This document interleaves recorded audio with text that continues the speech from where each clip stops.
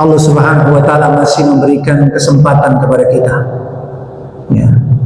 Dan kesempatan bukan sembarang sempat, tapi kita dimampu layakkan. Ya. Dimampu layakkan untuk berada pada keinginan Allah secara syariat. Ini penting. Dan memang yang paling mudah untuk cari muka di hadapan Allah, ya, ini kita perlu introspeksi, Pak. Kita kadang senang cari muka di hadapan makhluk yang ketika kita punya kepentingan kepada dia, ya, nggak sempat disempet-sempetin, benar nggak? Ya kan? Ya. Nah, pada Allah Subhanahu wa taala, maka cara cari muka yang paling top chair dan bahkan akan mendapatkan perhatian penuh adalah hadir sholat subuh secara berjamaah. Kenapa? Karena Nabi sudah bocorin dan ngasih tahu ke kita. Kata Nabi SAW, man sholat subha fi jama'atin fahuwa fi dhimmatillah. Man sholat subha fi jama'atin fahuwa fi dhimmatillah. Apalagi imam kita Ustaz Subhan, ya, ini isyaratnya kuat, ya. Kata Nabi SAW, barang siapa yang melaksanakan sholat subuh secara berjamaah, maka hidupnya pada hari itu di bawah tanggungan Allah Subhanahu wa taala, di bawah jaminan Allah Subhanahu wa taala, diakui kehidupannya oleh Allah Subhanahu wa taala. Ya. Maka ini yang coba kita akan membahasnya.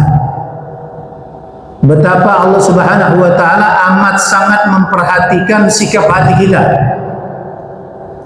Kita dikasih hati, dikasih pikiran, dikasih telinga, dikasih penglihatan. Itu ada konsekuensi, Pak. Itu ada pertanggungjawaban. Kalau pendengaran, kalau penglihatan yang kemudian bermuara pada hati, karena itu alat indera itu akan bermuara pada efek sikap hati kita. Ketika hati tidak merespon pada apa yang dimau oleh Allah secara syariat, disinilah awal mula kelalaian, kegagalan, ketidaklayakan, atau bahkan kesesatan hati itu. Penyelewengan yang mengerikan, ya. Dikasih kesempatan untuk mendengar, melihat, ya. Tapi hati kemudian tidak menyimpulkan pada keinginan Allah secara syariat. Dan ini adalah bagian daripada pemahaman akidah Ahlussunnah wal Jamaah. Para ulama memberikan dua barometer, timbangan, supaya kita tidak salah memahami takdir, Pak. Karena orang ketika dia tidak memiliki timbangan yang benar pada takdir keputusan Allah Subhanahu wa taala, maka dia benar-benar telah menyeleweng daripada akidah yang lurus. Ya. Dia menyeleweng daripada jalan yang lurus. Nabi sallallahu alaihi wasallam ketika menjelaskan Shiratal Mustaqim, jalan yang lurus itu, beliau menarik garis lurus di pertengahan. Lalu beliau menarik garis lurus juga di kiri dan kanan. Ya. Dalam hadis saya disebutkan begitu. Dan Nabi menjelaskan yang di tengah inilah garis yang jalan yang lurus itu.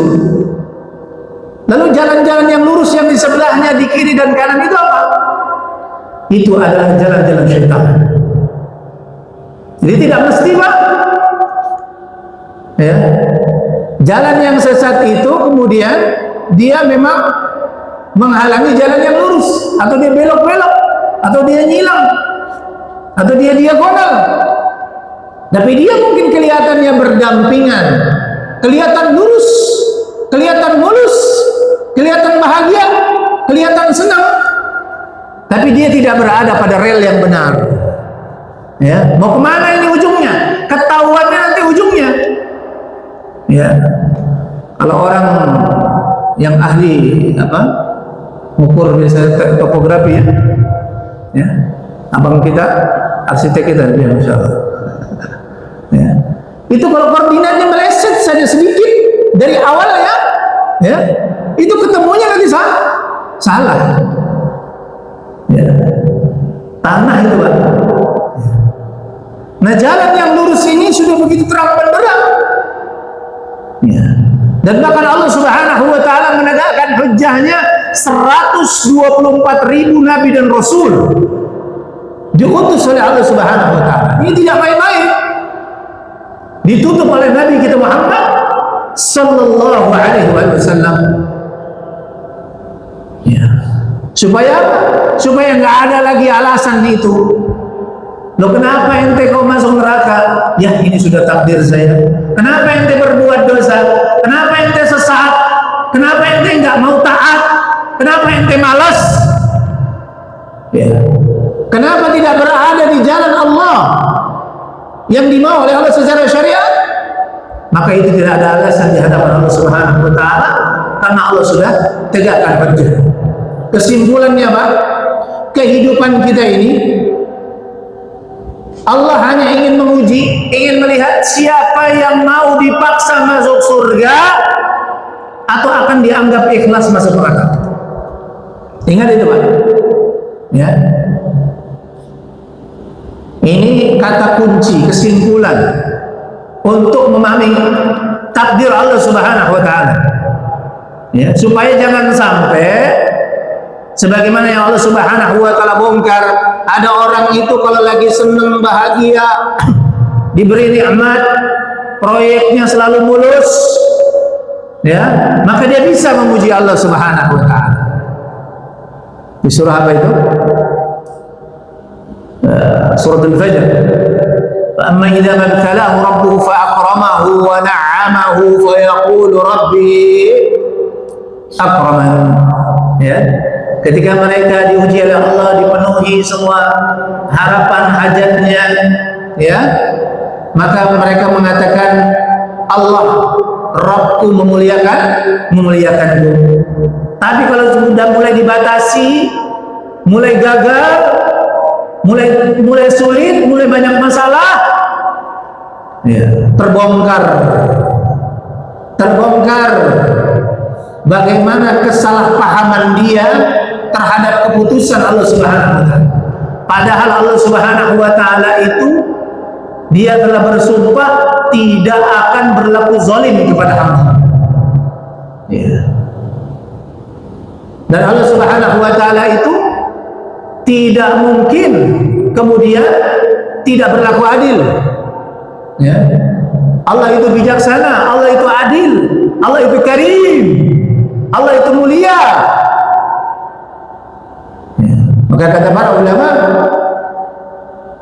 keputusan Allah Subhanahu wa taala pada makhluknya maka tidak lepas daripada dua hal. Di situ ada kemuliaan, di situ ada keadilan yang Allah tegakkan. Kemuliaannya apa?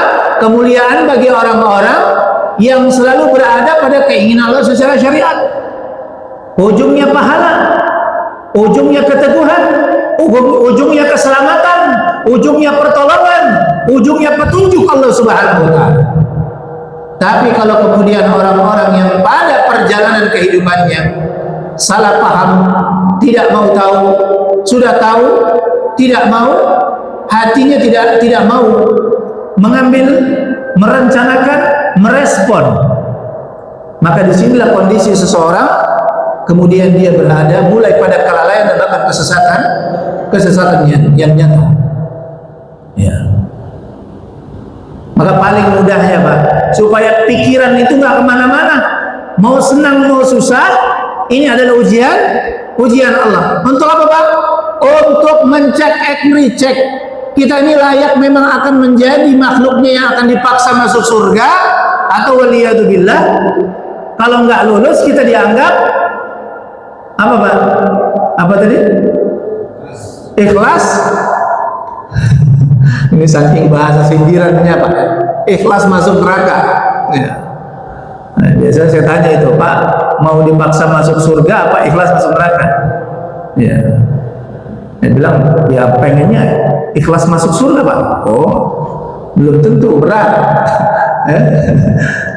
Ya. Jadi pada tingkatan terendah daripada bukti keimanan tauhid kepada Allah Subhanahu wa taala, itu minimal kita membuktikan diri kita ini selalu mau dipaksa. Wasbir nafsaka ma'al ladzina yad'una rabbahum bil ghadati wal 'ashyi yuriduna wajha. Enggak apa-apa kita di hadapan Allah dilihat cuma kayaknya ya nih berada ngikut-ngikut kepada orang-orang yang soleh gitu. Ya. Setidaknya apa? Setidaknya di hadapan Allah masih Allah lihat, oh ini orang masih mau dipaksa masuk surga. Ya. Di antara ya bukti ya asbab kelayakan seorang masih berada pada kelayakan rahmat Allah Subhanahu wa taala adalah suka hadir dalam majelis ilmu. Ya. Suka hadir dalam majelis-majelis zikir. Ya. Yang di situ mengkaji ayat-ayat Allah dan hadis Nabi Sallallahu Alaihi Wasallam.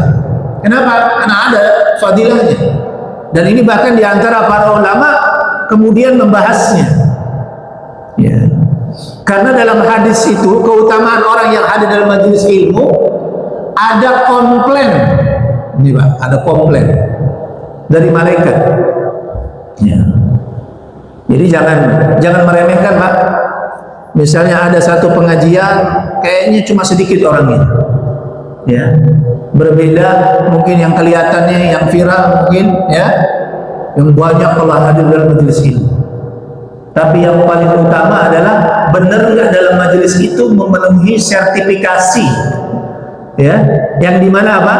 Yang dimana bukti sertifikasinya adalah lebih banyak yang hadir para malaikat Allah yang memang tugasnya ditugaskan jadi sponsor, jadi sponsor, jadi supporter. Jadi bukan nonton bola aja Pak, ada supporternya. Ya. Majelis-majelis ilmu itu Allah ada ciptakan para malaikatnya yang kerjanya cari majelis-majelis ilmu. Ya. Jadi kalau ada di antara mereka, oh ini ada majelis ilmu, maka dia akan kabarkan ya para malaikat yang terdekat semua untuk datang berkumpul sampai kepada langitnya Allah Subhanahu wa taala. Ya. Nah nanti malaikat yang paling atas itu ditanya oleh Allah, ngapain hamba kau di sini? Ya. Tentunya pertanyaan Allah ini bukan berarti Allah tidak tahu, tapi sebagai apa? Sebagai persaksian, sebagai sertifikasi, ya, kepada di hadapan malaikatnya Allah Subhanahu wa taala. Ini sangat mulia nih. Ya. Nah singkat cerita, ngapain hamba itu? Mereka memuji Engkau ya Allah. Ya. Bagaimana? Apakah mereka pernah melihatku? Belum pernah melihat. Gimana seandainya kalau mereka sudah melihatku? Maka mereka akan lebih lagi dari sekedar memuji itu. Pujiannya akan lebih lagi, lebih bersemangat Pak. Mungkin nggak ada ngantuk-ngantuknya itu. Ya. Ya, dan mungkin akan lebih rapat lagi nih, ya kan? Ya. Terus yang kedua ditanya lagi, apa yang mereka minta? Mereka minta surga. Emang mereka udah lihat surga belum? Gimana kalau sudah lihat surga? Lebih sungguh-sungguh lagi. Ya. Mereka minta apa? Dijauhi daripada api neraka. Ya. Dan Allah bilang persaksikan Allah telah mengampuni mereka. Artinya Allah beri perhatian kepada mereka. Tapi ketika Allah mempersaksikan itu, di antara malaikat ada yang komplain, tapi Allah ada yang hadir, hatinya sebenarnya nggak di situ, ya. Atau pikirannya nggak di situ, ya. Atau mungkin dia belum betul-betul memenuhi ada pada dalam majelis ilmu, tapi dia tetap mau duduk hadir, ya. Apa jawaban Allah Subhanahu wa taala? Artinya di sini hadis kursi, ya. Ya. Maknanya ya. Saya lupa lafaznya. Ya, jadi intinya Allah menyatakan mereka umat Rasulullah ini punya keistimewaan. Ya. Keistimewanya apa? Kalau mereka duduk bersama orang-orang soleh, ya, maka mereka pasti akan kecipratan solehnya. Ya, itu kan ucapan yang wasiat yang sangat masyhur ya. Di antara obatnya hati itu apa? Berkumpul dengan orang-orang soleh. Ya. Orang-orang yang berada pada ketaatan kepada Allah Subhanahu wa Ta'ala. Ya. Tapi kan ada juga orang yang hadir di masjid mungkin niatnya bahkan maksiat. Ya, ya Ustaz. Ya, ini nasihatnya kalau ada hal-hal seperti ini, ya kita dapati, kita tetap jaga Pak kehormatan masjidnya. Ya, jangan terlalu diumbar. Ini adalah ujian. Ya, jangan malah diviralkan gitu ya. Seolah-olah ya masjid orang Islam itu ya begitu tuh, ya. Kena imbasnya fitnah kepada yang lain.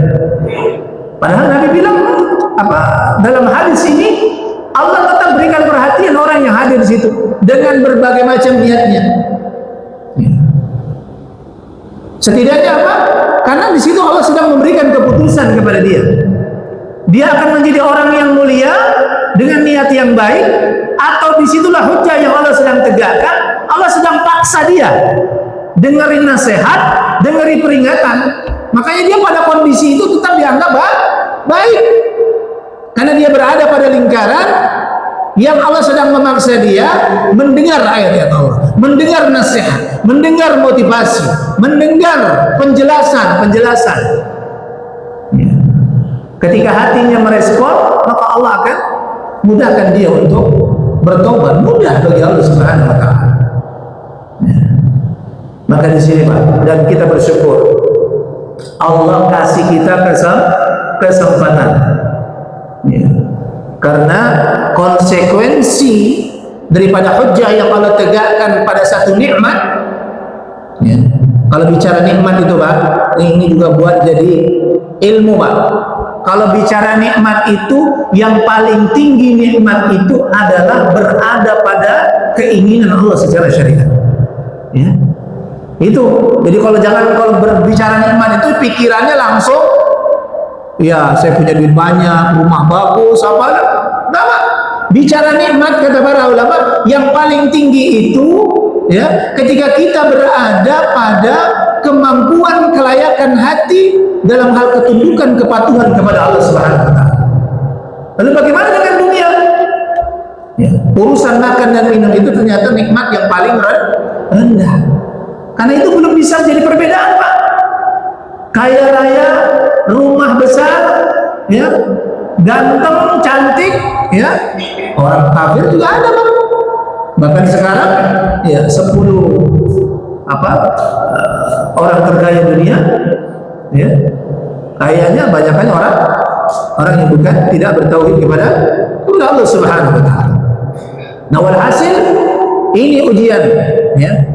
Jadi ketika kita punya tahu, nah ini Pak, saya kasih rumusnya ini. Ya, ukuran barometer. Nah, ini kan temanya. Coba ada yang bisa sebutkan tema kita? Karena panitia kemarin minta tema sama saya buat di-share kan. Nah, dibaca nggak ini temanya? Temanya apa Pak? Yang bisa jawab kasih hadiah. Hadiahnya apa nih Ustaz? Hah? Ada yang katakan biar semangat Pak, biar nggak anu, ya? Ya, atau yang nulis saja, yang menyebarkan, ya. Jadi apa tema kita? Barometer kelayakan hati, ya, pada petunjuk Allah Subhanahu wa Ta'ala. Ya. Jadi ya Allah dengan hujjahnya sudah ngasih bocoran bagaimana. Ya, karena Allah berfirman di awal mukadimah tadi saya bacakan, ya ayyuhalladzina amanu istajibu lillahi walir rasul idza da'akum lima yuhyikum. Ya, wa'lamu annallaha yahulu bainal mar'i wa qalbi. Surat Al-Anfal ayat 24. Nanti dibaca Pak. Ya, dibahas di rumahnya. Ya. Ayat ini Allah menyatakan, wahai orang-orang yang beriman, wahai orang-orang yang mengaku beriman, gitu Pak. Ya, kenapa dibilang mengaku beriman? Karena kebanyakan penduduk negeri Indonesia kan Islamnya keturunan. Ya. Sehingga pengakuan klaim keimanan di negeri ini banyak yang mengaku beriman. Maka seharusnya dia terpanggil pada ayat ini. Ya. Kata para ulama, kalau ada ayat-ayat Allah yang lafaz awalnya itu ya ayyuhalladzina amanu, maka hati kita langsung dikondusifkan, Pak. Siap. Ini Allah mau ngomong apa ini? Ya. Allah mau ngasih tahu apa ini? Ya. Siap siaga untuk menerima, ya. Dan siap kemudian untuk meninggalkan ketika itu larangan. Ya. Pilihan-pilihan itu, hati itu. Nah, Allah menyatakan, memerintahkan kepada kita untuk memenuhi panggilan Allah dan Rasul. Ini apa? Ini adalah keinginan Allah secara syariat. Ya. Maka tadi di awal saya bilang dua timbangan Allah terhadap takdir. Ya. Bagaimana caranya? Kita memahami ada kehendak Allah secara syariat dan ada kehendak Allah secara al-kauniyah al-qadariyah. Keputusan ketika memang sesuatu itu sudah terjadi. Ya. Maka kata para ulama, orang yang berada pada ketaatan kepada Allah, dia bisa sholat, dia bisa zakat, dia bisa puasa, dia bisa banyak melakukan ketaatan kepada Allah, berarti dia berada pada dua kehendak Allah secara syariat, dan itulah takdirnya. Ya. Ini Pak. Supaya apa? Supaya bisa memisahkan ini Pak kepada orang-orang yang nyeleneh, ya. Ketika dia bermaksiat, dia nyalain Allah. Ya, saya sudah nasib saya begini, lalu gimana lagi? Kayak gitu ya. Ya. Padahal untuk sampai kepada tahap itu, Allah sudah menguji dia, sudah menyampaikan peringatan kepada dia. Ya. Ya kalau mau dibuka-buka lagi tadi Pak, 124.000 Nabi dan Rasul, ya, dari zaman Nabi Adam sampai ini semua kena efek konsekuensi daripada hujjah Allah. Apalagi Nabi Sallallahu Alaihi Wasallam, ya, yang secara paripurna, sempurna agama tauhid ini. Ya. Ya kita kan memang keturunan siapa Pak? Ya. Pasti nenek moyang kita, ya pasti semuanya sudah kena dakwah para nabi dan rasul. Cuma ada mata rantai yang terputus. Ya, nggak tahu di keturunan yang mana, ketika di zaman mana? Jangan-jangan di zaman Firaun atau di zamannya Nabi Nuh. Ya, tapi zamannya Nabi Nuh udah dihabisin Pak. Ya. Nah kita ini semua rata-rata ada keturunan daripada anaknya Nabi Nuh, yang semua berada di atas kapal itu, yang diselamatkan yang sekitar 80 orang pun kita. Ya. Nah perintahnya untuk memenuhi panggilan Allah dan Rasulnya. Lima yuhikum, itu yang menghidupkan kalian. Ini nasihat besar Pak. Kata para ulama, berhati-hatilah kita dianggap mati sebelum datang kematian sesungguhnya. Ya. Kita dianggap mati oleh Allah Pak sebelum datang kematian sesungguhnya. Itu miris. Karena ayat ini berarti memberikan pemahaman, penegasan kepada kita, ada orang yang akan dianggap mati oleh Allah Subhanahu wa taala, ya, sebelum datang kematian sesungguhnya. Karena kematian hati itu lebih mengerikan. Kematian hati itu apa? Yang kemudian tidak lagi terlayakkan pada petunjuk Allah Subhanahu wa taala. Ya. Dan itulah keadaan iblis lah. Iblis itu apa Pak? Iblis itu sudah ditutup. Dia sudah tidak dilayakkan lagi Pak. Bukti ketidaklayakan dia apa Pak? Dia masih sempat berdoa. Doanya apa? Doanya minta dipanjangin umur. Mungkin kita diampuni dari dosanya Pak. Ya. Tapi Allah ngajarin, karena dua-duanya kan berbuat kesalahan Pak, manusia dan jin ini. Ya. Nabi Adam terjerumus kepada kesalahan, ya, dia tergoda juga Ya, walaupun dia adalah iblis juga, ya kan? Ya, tapi Allah tetap masih menerima taubatnya Nabi Adam. Kata para ulama, ya ini kitab yang saya selalu kaji ini adalah kitab Fawaidul Fawaid yang ditulis oleh Al-Imam Ibnu Qayyim rahimahullah taala. Ya. Sampai Al-Imam Ibnu Qayyim itu membuat ada satu pembahasan, ya, mengambil bahwasanya ada 23 alasan dosa meninggalkan perintah itu lebih berat hukumannya, kedurhakaannya di hadapan Allah dibanding orang yang melanggar larangan Allah. Di antara alasan yang paling utama, apa yang menjadi keputusan Allah kepada iblis dan Nabi Adam alaihissalam. Iblis itu mendapatkan laknat Allah, Pak. Makhluk yang dilaknat oleh Allah, al-matrud min khairi kulli. Ini yang ngeri. Ketika Allah jatuh laknat kepada makhluk, maka makhluk ini sudah dipastikan dia masih diberi izin hidup. Nah, inilah. Ya. Jadi orang yang mati hatinya, sudah tertutup hatinya, Allah izinkan hidup, tapi kehidupan yang tidak diinginkan oleh Allah. Ya. Jadi 3 keputusan makhluk pada hujjah yang Allah tegakkan ada, dan tentunya ini adalah yang dihisapkan jin dan manusia. Jadi ada jin dan manusia yang diizinkan hidup, tapi kehidupannya tidak diinginkan oleh Allah Subhanahu wa taala. Karena dia tidak berada pada syariat keinginan Allah secara syariatnya. Ya. Yang kedua, ada yang diizinkan hidup, ya, diizinkan mengetahui apa yang diinginkan oleh Allah Subhanahu wa taala secara syariat, tapi dia tidak dilayakkan. Ya, jadi berilmu tidak beramal. Alhamdulillah, ini adalah tentunya menjadi muhasabah kepada kita semua. Apalagi saya nih yang mengkaji. Ya. Jadi jangan kaget Pak nih. Padahal sudah haji, sudah umroh, padahal urusan pesantren gitu. Tapi kok bisa? Ya? Azan sudah berkumandang, ya, nggak bergerak ke masjid, padahal dia punya tahu, punya mampu, punya sempat. Nah, hati tidak punya mau. Nah, di situ kan sikap hati yang Allah putuskan, Pak. Jadi hati ini kan selalu diperhatikan oleh Allah, dan ayat ini bilang, wallahu yahulu bainal mar'i wa qalbi. Jadi Allah ketika menegakkan hujjah itu, Allah lihat hati kita. Ini hatinya gimana nih? Dia punya tahu, dia punya mampu, dia punya sempat, tapi hati tidak punya mau untuk merencanakan. Ini hati-hati Pak, hati-hati, waspada. Kalau kita sudah punya tahu, punya mampu, punya sempat, ya, lalu hati tidak punya usaha untuk kemudian merencanakannya, waliyadzubillah. Ini kalau hal ini diancam, apa namanya, diterapkan misalnya untuk haji dan umrah.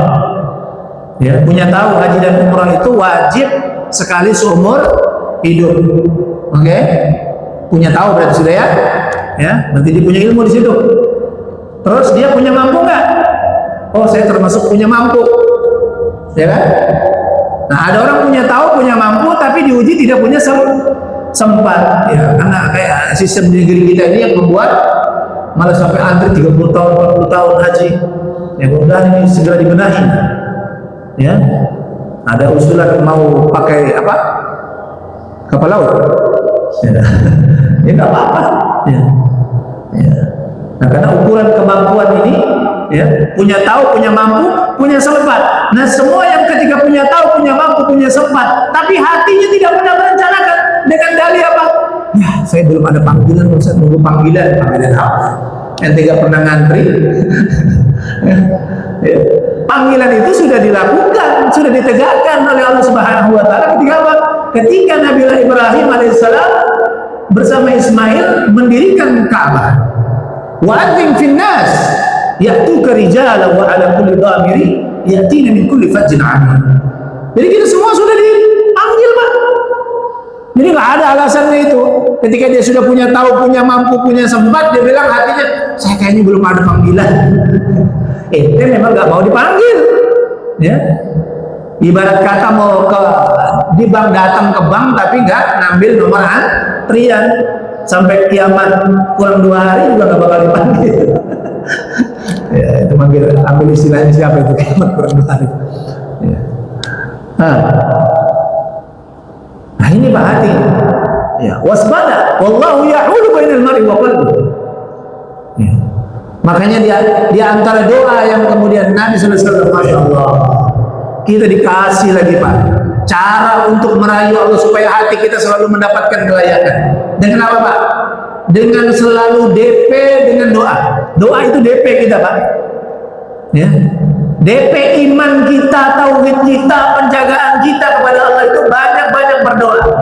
Dan doa yang diantara banyak diucapkan Nabi SAW adalah untuk mengkondusifkan kelayakan hati.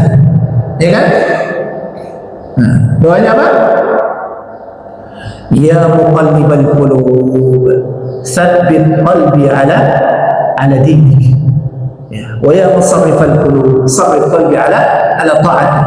Ini jangan sampai Pak kita nggak nyempetin doa dalam sehari semalam, mengucapkan doa ini malu Pak sama Nabi. Ya. Dan di antara para sahabat saking seringnya ini Nabi mengucapkan ini, doa ini, di antara sahabat ada yang merasa tersindir gitu. Tersindir apa ya? Apakah engkau meragukan keimanan kami ya Rasulullah? Ya kan mereka orang Arab Pak. Kalau kita kan kayaknya baca doa itu biasa aja ya. Nah ini pentingnya doa memahami Pak maknanya juga. Ya, para sahabat merasa tersindir Pak. Apa engkau meragukan keimanan kami? Karena Nabi selalu doa seperti itu. Maka Nabi menjelaskan apa? Fa innal quluba baina asabi'illahi jalla jalaluhu in syaa'a aqam wa in syaa'a azam. Hati-hati kita ini ada di antara jari-jari Allah Subhanahu wa taala. Kalau Allah melihat hati ini mau merespon, maka Allah akan tetapkan. Allah tabiatkan, Allah kuatkan Pak, Allah teguhkan. Yutsabbitullahu alladziina aamanu bil qawli tsabit fil hayati dunya wa fil akhirah. Ya. Tapi kalau hati ini tidak mau respon, sudah punya tahu, sudah punya mampu, sudah punya sempat, tapi belum nggak mau, nggak punya mau. Ya.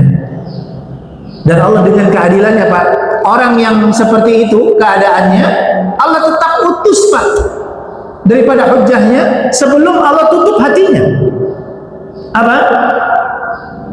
Di antara kita bisa ambil bagaimana proses tahapan hati itu kemudian dianggap keras dan akan ditutup oleh Allah Subhanahu wa taala, dibiarkan sesat oleh Allah Subhanahu wa taala, ya, tidak akan layak mendapat petunjuk adalah ketika apa? Surah Al-Baqarah. Khatamallahu ala qulubihim wa ala sam'ihim wa ala absarihim ghishawah wa lahum 'adzabun 'adzim. Dan di sini ayatnya apa?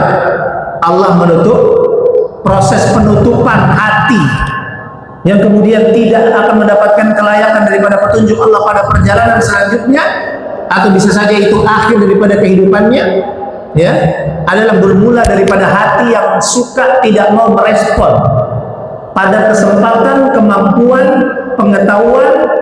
Dia tahu, dia mampu, dia sempat, tapi dia tidak mengambil kesempatan.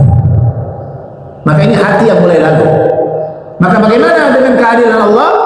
Allah datangkan orang untuk dia bisa mendapatkan nasihat sampai kepada telinganya. Ya. Nah sekarang media sosial Pak, semua kebaikan-kebaikan, pengetahuan, ya, itu sampai. Bahkan yang nggak hadir dalam majelis ini ada kemudahan, ini live kita. Ya. Kena YouTube. Ya, jadi setidaknya orang-orang yang radius di sini, masyarakat yang memang terikat untuk komitmen sholat berjamaah di sini, ini terkena hujah Pak, udah nggak ada alasan lagi. Aduh, saya memang nggak sempat sholat subuh berjamaah untuk hadir majelis ilmu, apalagi ada YouTube ini, ya kan? Dia mau klik nggak nih? Ya, makanya pengurus masjid betul-betul viralkan terus itu, ya, syiarkan, ya. Kalau hal-hal yang maksiat itu sangat masif, maka kesalehan itu harusnya lebih masif lagi. Ya. Ini bagian daripada hujjah Allah Subhanahu wa taala. Ala qulubihim wa ala sam'ihim. Kalau enggak mau juga Pak, wa ala absarihim. Ya. berarti alam akan berbicara. Ini sudah ngeri Pak. Kalau sudah tampak musibah dan bencana alam, ya. Idza dhahara ma'asi fi ummati ammahumullah bi'adzabin min 'indi. Ya. Ketika kemaksiatan sudah merajalela, ya, maka awal daripada kemaksiatan hati itu adalah tidak ataupun meremehkan kesempatan yang dia punya tahu, punya mampu, punya sempat untuk melaksanakan apa yang diinginkan oleh Allah secara syariat. Ini hati yang mulai lalai. Ya. Dia tidak mengutamakannya. Ya. Kata Imam Az-Zur'i, at-tahawun bil amri idza hadar waqtu. Apalagi kalau yang dia remehkan itu adalah bagian yang sangat tertinggi daripada perintah Allah yang wajib. Ini lebih ngeri lagi. Makanya Nabi tegas, ma bainal muslim wal kafir tarkus shalah.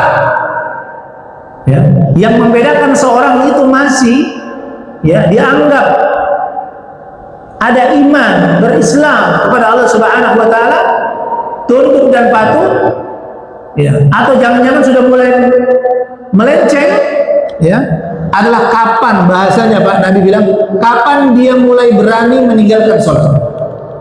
Tarkus sholat. Ya. Ini masuk ijma' Pak. Ijma' para ulama, dosa meninggalkan sholat yang wajib itu lebih besar, ya, lebih besar ancamannya daripada dosa besar sekalipun dari hal-hal yang diharamkan oleh Allah Subhanahu wa taala. Ya. Itu yang kemudian Al-Imam Ibnu Qayyim dalam kitabnya ini Fawaidul Fawaid dia membahas sampai 23 alasan tadi. Ya. Karena keputusan Allah sangat mengerikan kepada hati yang tidak meresponkan apa yang menjadi kewajiban utama. Sebagaimana iblis.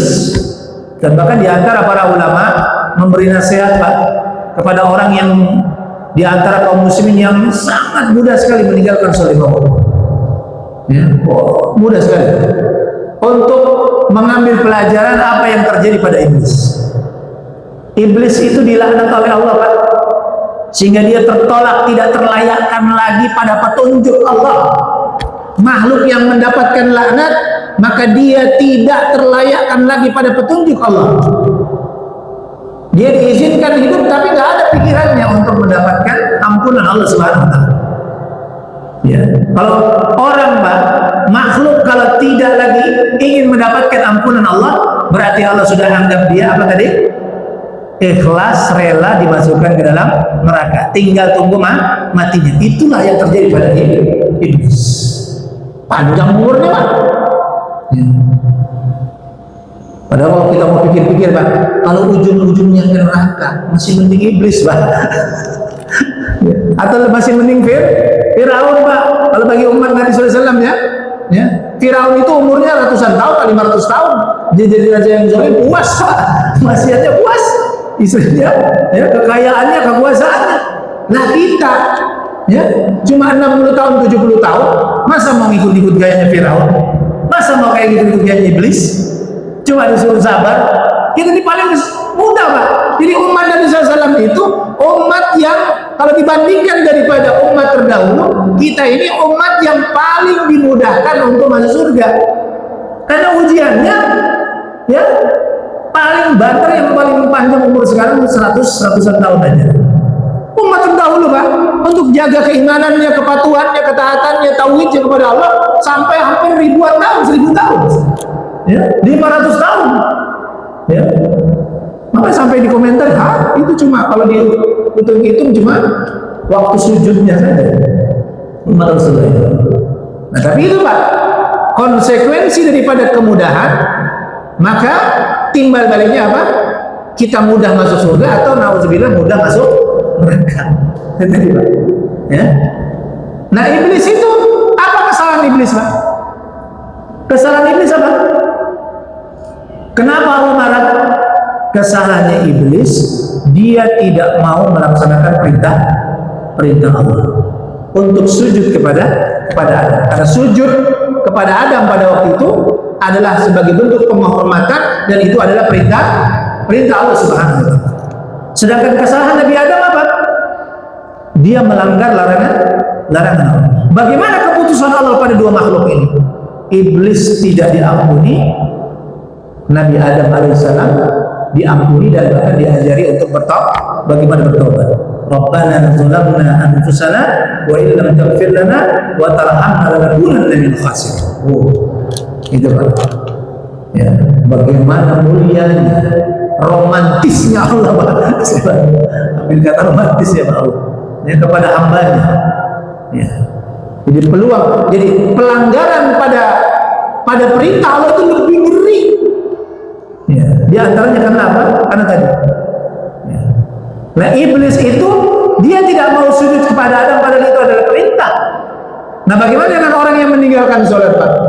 Padahal itu perintah untuk sujud, rukuk kepada Allah. Ini kalau mau dibandingkan sama iblis lebih ngeri gimana Pak? Iblis dulu disuruh sujud kepada Adam dan itu atas perintah Allah, dia gak mau Pak. Ya. Dan ini juga harus diluruskan karena ada komunitas yang nyeleneh, dia bilang, oh tauhid iblis itu lebih benar karena dia nggak mau sujud kecuali kepada Allah. Nah, ini orang nggak baca Quran. Ya ini kalau nggak baca Quran begini Pak, kalau kurang ngajinya begini, ngajinya kurang apa? Kurang dekat, kurang jauh. Padahal di Quran sudah dibongkar, di surah Al-A'raf dia bilang, kenapa ente nggak mau sujud kepada Adam? Bukan karena dia saya hanya ingin sujud hanya kepada Allah, enggak, karena dia sombong Pak. Ya, khalaqtani min nar wa khalaqtahu min tin. Ana khairum minhu. Ya, ini hati-hati Pak. Jadi kesombongan itu makanya ada ancaman. La yadkhulul jannah man kana fi qalbihi mithqala habatin min kibar. Kata Nabi SAW, bisa terancam tidak bisa masuk surga ya, ketika di dalam diri seorang itu ada sedikit sifat kesombongan. Dan kesombongan yang tertinggi itu ya, ini kesombongan secara umum Pak, kepada makhluk itu nanti ada hisab kita di hadapan Allah kalau kita menyombongkan diri Pak. Ya, bisa terancam. Ancamannya apa? Ancamannya kan habis amal kita, akhirnya kita mampir ke neraka ya. Atau waliyadzubillah, terhapusnya semua bukti keimanan. Karena kenapa? Kesombongan yang paling besar adalah tidak mau melaksanakan perintah Allah Subhanahu wa taala. Itu kesombongan tertinggi. Maka ijma' ulama, orang yang meninggalkan sholat, dosa orang yang meremehkan meninggalkan sholat 5 waktu itu lebih besar daripada dosa besar sekalipun dari hal-hal yang dilarang oleh Allah Subhanahu wa taala. Baik. Ya. Nah, jadi ini hal-hal yang perlu kita pahami.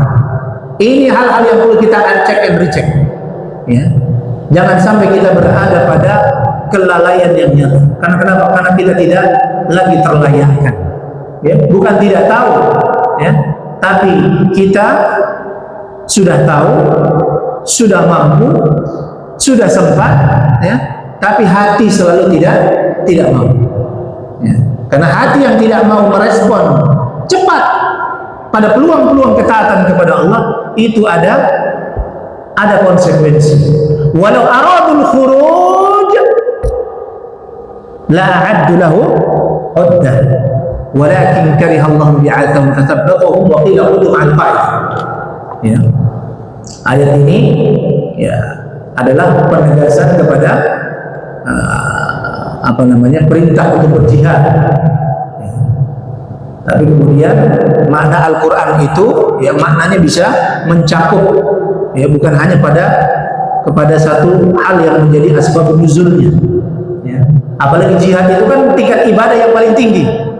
Berarti kalau Allah bilang walau aradul khuruj, jika seorang itu benar ingin berjihad di jalan Allah, berarti ini masuk tingkatan tertinggi karena jihad ada tingkatan tertinggi. Ya, ketika seseorang itu mau mengorbankan harta dan jiwanya untuk meninggikan kalimat Allah di atas segalanya. Ya. Nah, sampai kepada yang paling rendah, Pak.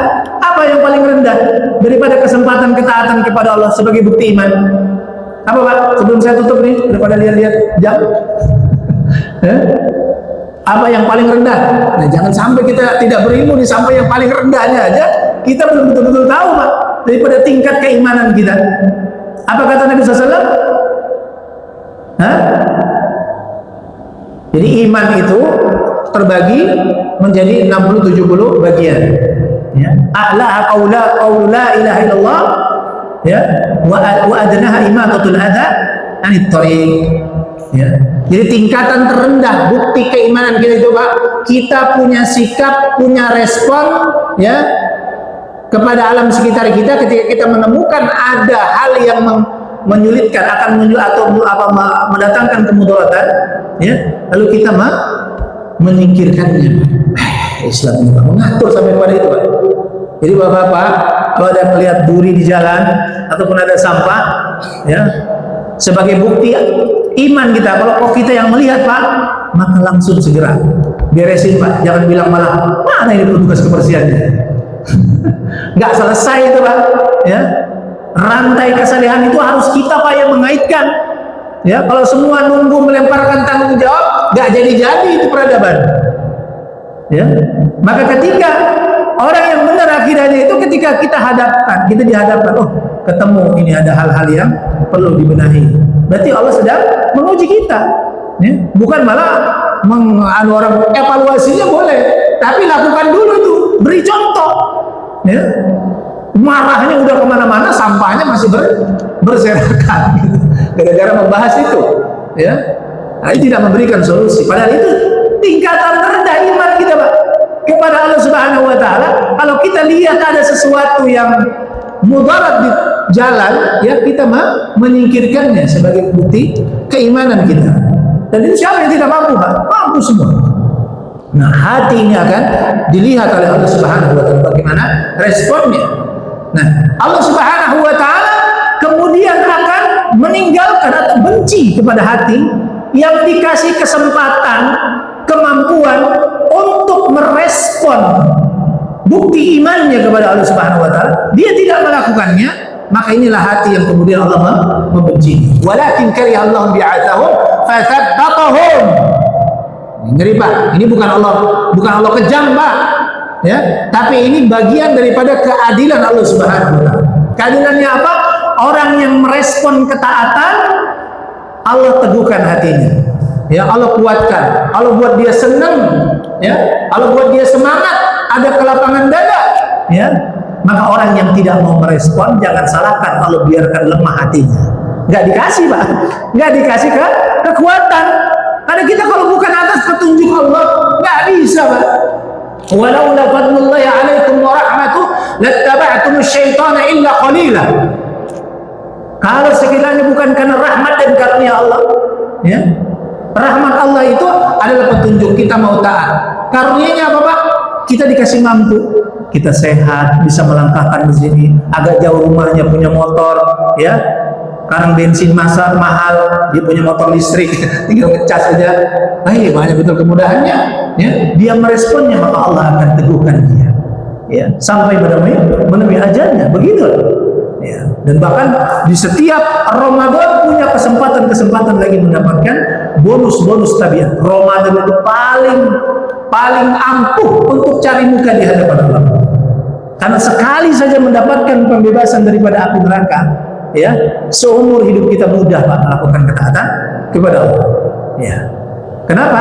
Karena pembebasan daripada api neraka, ya, itu lebih utama daripada jaminan masuk surga, ya. Nanti panjang lagi lah, nanti di pertemuan yang lain kita bahas, ya.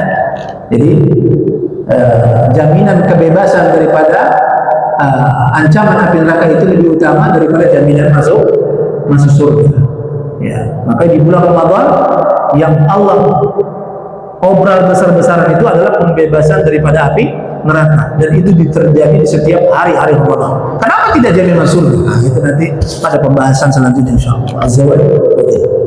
Allah Ta'ala alam.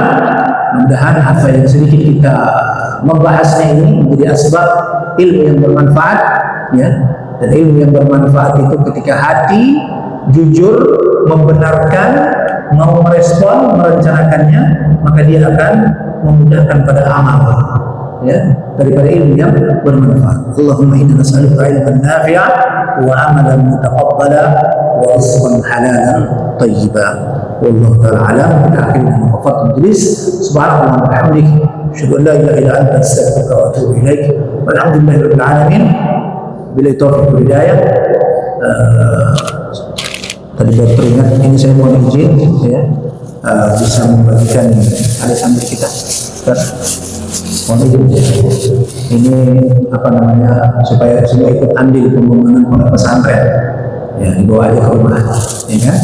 Nah, itu bisa di scan lah. Ya, Allah Taala. Saya akhiri dengan doa hidayah.